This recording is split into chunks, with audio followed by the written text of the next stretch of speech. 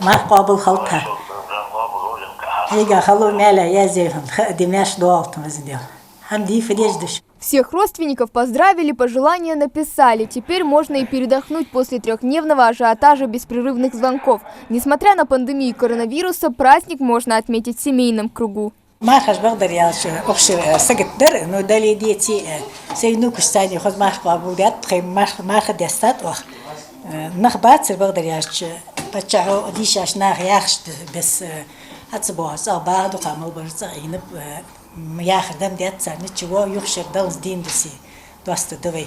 Для семьи Хидриевых Мархаш – один из самых любимых и ожидаемых праздников года. Приезжает в гости из разных концов республики, вспоминает былые дни и делится впечатлениями о прошедшем месяце Рамадан. Однако на этот раз карантин внес свои коррективы в праздник. По мнению детей, самое трудное выпало на их долю, ведь Мархаш всегда ассоциируется со сладкими презентами. И вместо того, чтобы проводить праздничные дни на улице вместе с друзьями, в этот раз они были вынуждены остаться дома. Впрочем, всю важность этого осознают и самые младшие.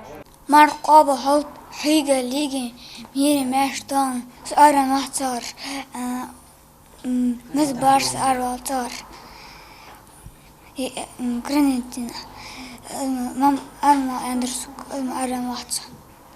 что ты больше всего любишь собирать? Конфеты или платочки? Платочки. Не отметить вынужденные изменения в праздновании Мархаш в этом году невозможно, ведь даже родственников нельзя навестить. Однако пренебрегать своим и чужим здоровьем никто не хочет.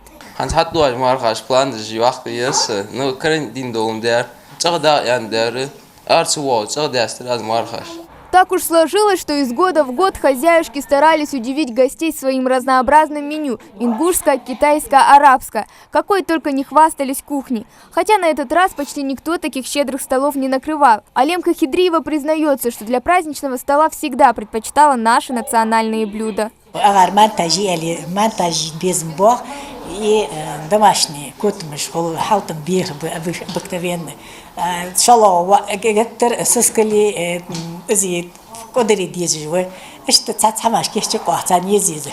Самое главное, что для каждого эти Мархаш прошли в кругу своей семьи. Это не последний религиозный и национальный праздник этого года. Впереди еще Ид аль-Адха, и на этот раз нужно верить и делать все, чтобы вирус отступил, и мы смогли собраться вновь вместе, но только здоровыми. Хава Гагиева, Магомед Белакиев, Новости 24.